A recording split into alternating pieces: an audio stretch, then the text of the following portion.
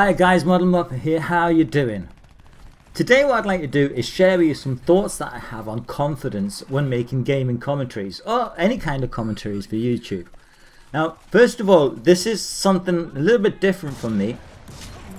Most of my commentaries, about 90% of them, are pretty much off the top of my head. I might have a few ideas that I've jotted down, but they're pretty much just kind of straight from the heart.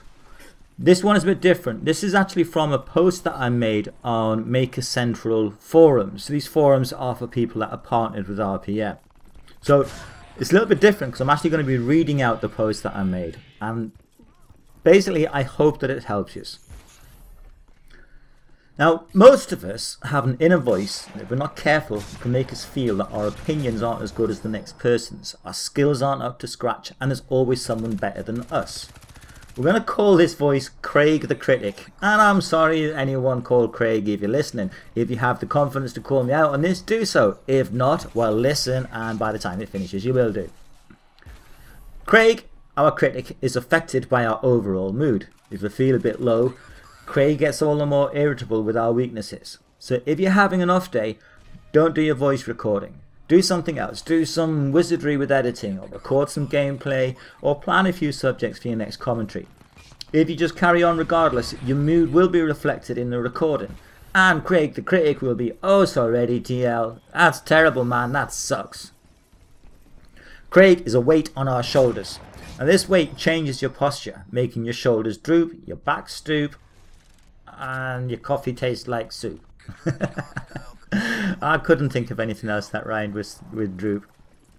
Now, this change in posture adversely affects your voice projection. You're more likely to mumble or litter speech with ums, ahs, and it will be a kind of a vicious circle. On a subconscious level, you know you're not doing your best, so address your posture. I really can't emphasize that enough. Do think about your posture. Think about the ergonomic layout of your equipment, and by this I mean, does the monitor or the microphone placement encourage a stooping posture or an upright one?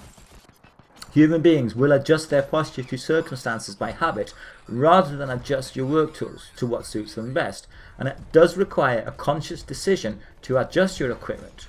The overwhelming majority of people will just kind of do their movement and their posture without thinking about it. It is carried out on a level below conscious thought. Now, believe it or not, a bit of a stretch, maybe even a push-up or two, but some kind of gentle exercise will also get the blood pumping, and your brain needs good circulation to function properly.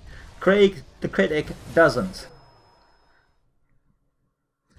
Doing something like that will have you kind of psyched, ready to go for your performance.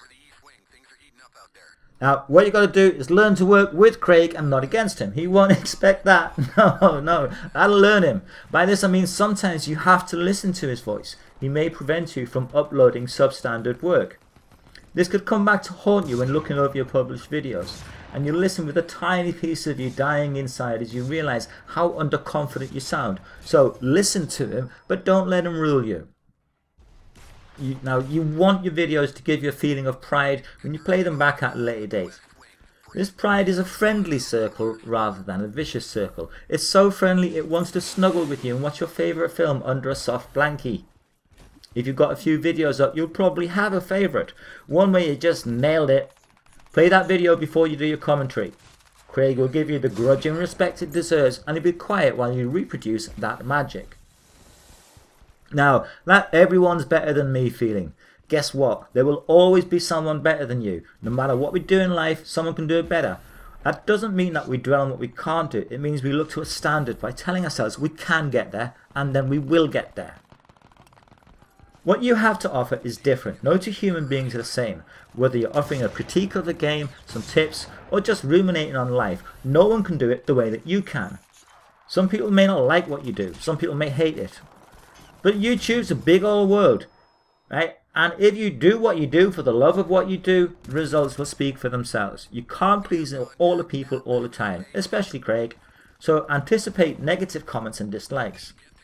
Often, these reactions are more to do with the person being negative than they are to do with you. But that's kind of a whole different subject. Now, sometimes it's human nature to dwell on the negative. You can get 10 nice comments and 1 bad one, and it's easy for the bad one to linger. Now, we have to deal with that. It may be a valid critique, so we've got to learn from it and improve, or it's the troll behaviour so endemic to the interweb. If it is, stuff them.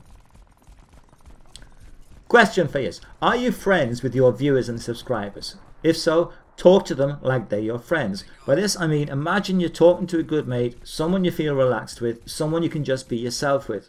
If you can talk to your viewers in this manner, you will sound more natural and more confident. Talk to your viewers, not to the editing screen. Don't try and drown out Craig completely. It's easy when we're underconfident to overcompensate. We get louder and louder. And it's actually kind of off-putting for most listeners. Need to accept who you are. This is actually a fundamental part of psychological health and well-being. We're not going to get into all that, but learn to accept or even like your uniqueness. Now, I once had a mate, this is years ago, he said he likes my singing as much for the imperfections as he did for the bits that I occasionally managed to get right. We all have little vocal mannerisms. Sometimes, as an example, I will stutter or have a slightly too long pauses in my speech. So what? Experience shows me that if I try consciously to overrule it, I lose my flow. I sound stilted and lack spontaneity. I always thought that my unusual mix of accents would leave my viewers cold. I was so jealous of my American mates with their so cool accents. That sometimes people say they love my accent and actually like the way that I speak, even though they can't explain exactly why. Now I think, just like my singing, it's as much due to my flaws as it is what I occasionally get right. This is where we have to learn to work with Craig. If a commentary has a load of ums and ahs and you know it's too much, scrap it, chill, and do it again. Now, a bit of preparation can work. As commentators, we don't want to sound like we're reading off a book. I'm just laughing because here I am reading off a big long forum post. But neither do we want long pauses where we're struggling for something to say. So, might be an idea to have a notebook beside you with a few ideas jotted down if you're a little bit stuck. Maybe even a choice phrase or some amusing wordplay. Anything that eliminates that awkward pause. And how do I know all this stuff? It's because I am naturally underconfident myself. I really do have every sympathy for people lacking in confidence. But it's like sincerity. If we fake it, we can make it. Hope this has been useful to you guys. This is Muppet saying take it easy. Bye.